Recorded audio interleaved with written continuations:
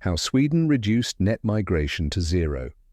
Lessons for the UK. Sweden, long regarded as one of Europe's most open and progressive nations, has recently undertaken a dramatic shift in its immigration policy.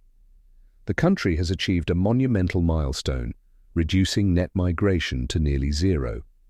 This significant accomplishment comes despite its membership in the European Union, which necessitates compliance with EU laws, including free movement of people within member states.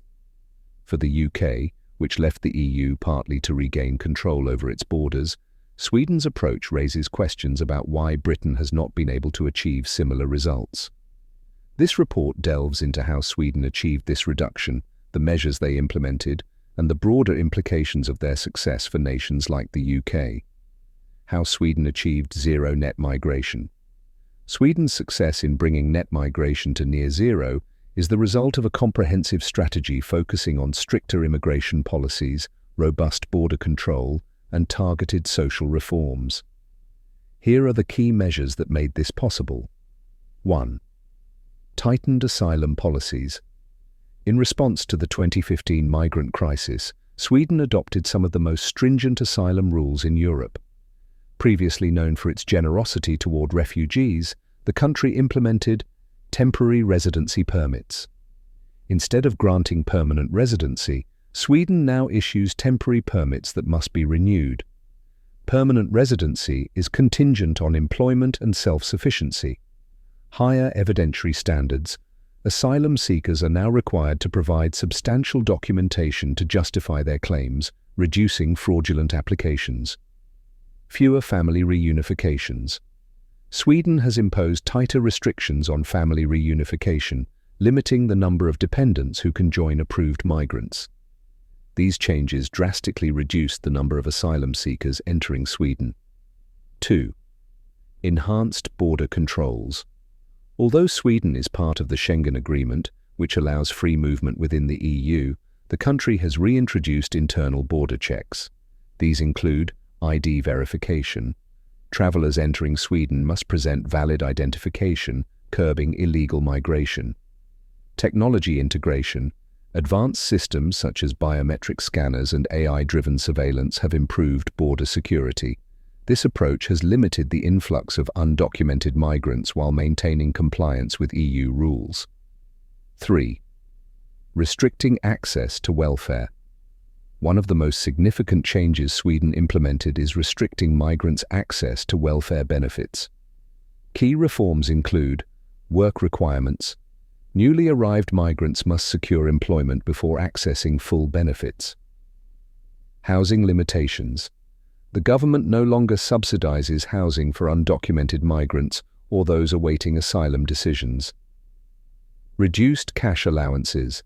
Sweden has significantly reduced financial support for asylum seekers, making it less attractive for economic migrants.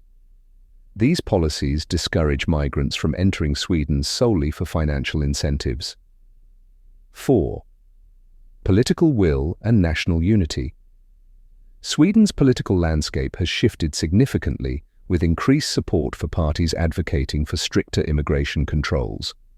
Unlike the UK, where immigration debates often lead to polarized political standoffs, Sweden's policymakers have found common ground to prioritize national interests.